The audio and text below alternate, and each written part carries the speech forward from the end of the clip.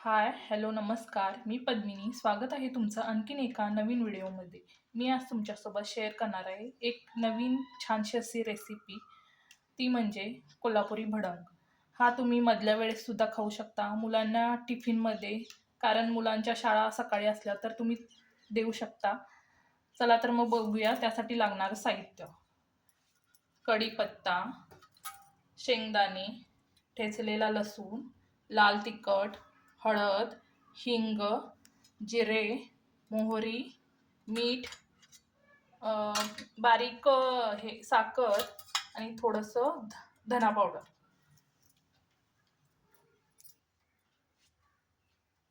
येथे भांड्यामध्ये 4 पळ्या तेल घेतलेलं आहे.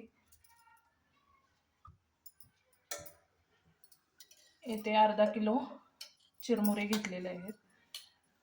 येथे तेल गरम झालेलं आहे. त्यामध्ये आता छान असे शेंगदाणे भाजून घ्यायचे. इथे छान असे शेंगदाणे भाजून घेऊया. पावसाळ्याचे दिवस आहेत, त्यामध्ये थोडं मॉइश्चर असतं शेंगदाण्यामध्ये, त्यामुळे थोडा आवाज येत असेल. ते छान असा कलर आलेला आहे शेंगदाण्याला आणि असे तडकायला लागले शेंगदाणे की काढून घ्यायचे. आणि छान असे चिरमुऱ्यावरती भाजलेले शेंगदाणे काढून घेऊया. घरामध्ये छानसा असा शेंगदाणे भाजलेल्याचा वास बसला. आता आपण कढीपत्ता छान तेलामध्ये तळून घेऊया.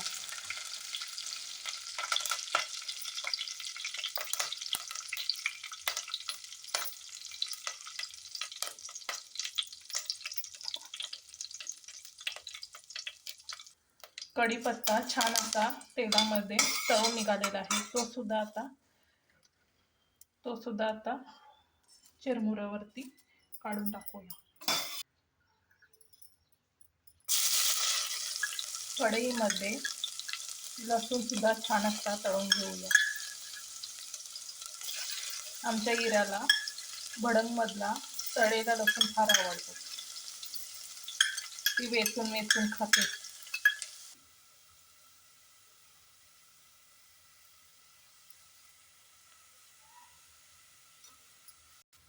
लसूण छान असा गोल्डन कलर वरती तळून झालेला आहे. अजून थोडा वेळ राहू देऊया, त्यामुळे लसणाचा कच्चापणा निघून जाईल.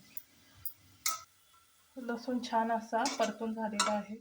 तो सुद्धा आता चिरमुऱ्यावरती काढून घेऊ.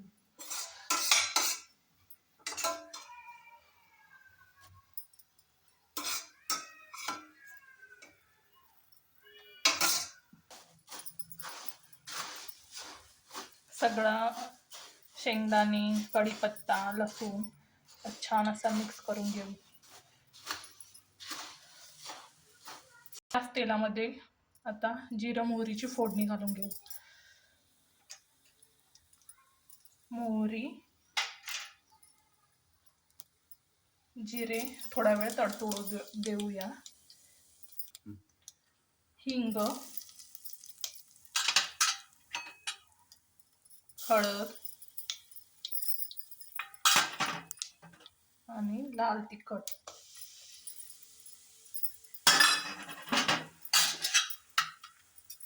छान असं हे आता गॅस बंद करून घेऊया, कारण मसाले जळतात जास्त हे झालं. ही आता तयार फोडणी सुद्धा ह्याच्यावर ओतून घेऊया चिरमुऱ्यावरती.